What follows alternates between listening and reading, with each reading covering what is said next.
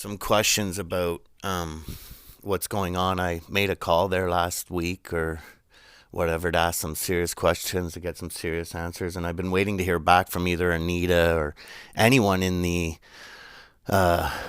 MP's office because you are employees, right? You work for Yep, the citizens, right?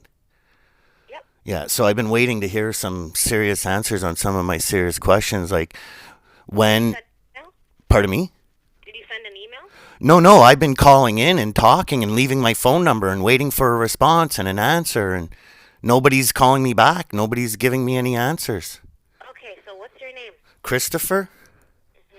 Chitoris. Oh, and before we go any further, I'll just like to make it clear I call often, and I don't just call one office because it doesn't matter what riding I'm in or who I vote for.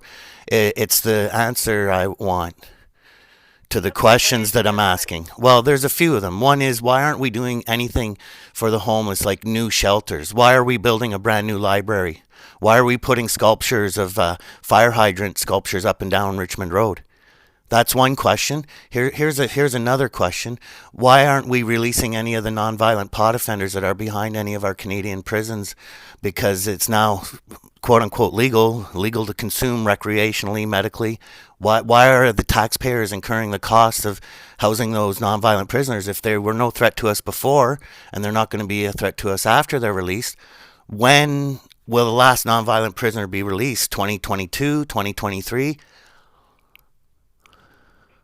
I'm just writing down your question.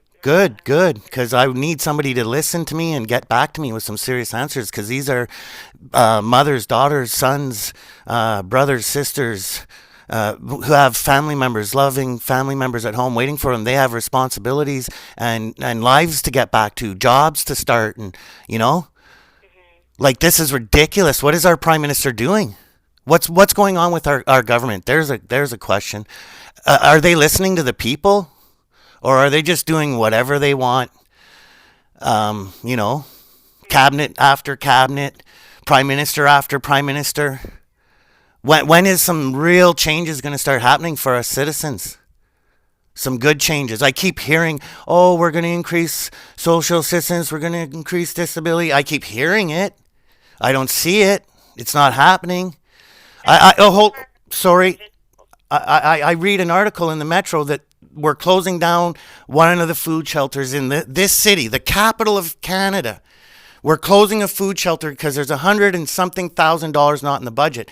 And the only thing I'm thinking in my head is, when OLG prints up one series of kinos, they print 14 million tickets for $3 each.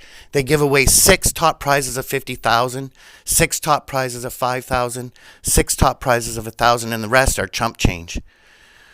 So what happened that month or that year in that with that budget with that those politicians in office? The sales of the scratch tickets dropped off, or what happened? How come that little tiny amount wasn't there to keep that food bank running? That's a question I want an answer to. So that is municipal jurisdiction. Sorry. I'm calling the wrong governmental office. See, that's another question I want answered. Why, when I have a Power question, is do. power is distributed municipally, provincially, and federally. We have Okay. that others do not. Okay. So I do know for a fact citizens are calling in and asking their employees to effect changes. When? How many years? We still don't have proper clean drinking water on the reservations. What's That happening?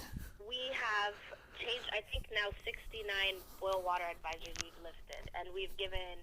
Let me give you the actual numbers here because we are actually working to eliminate those. Yeah. Okay. That's great. I'm glad you're working on those numbers, but I would like to hear some announcements.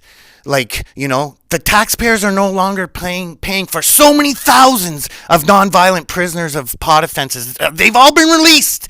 Now the taxpayers are no longer incurring this massive debt. It's affecting the deficit. It's not solving any debt that we owe to ourselves or anyone else.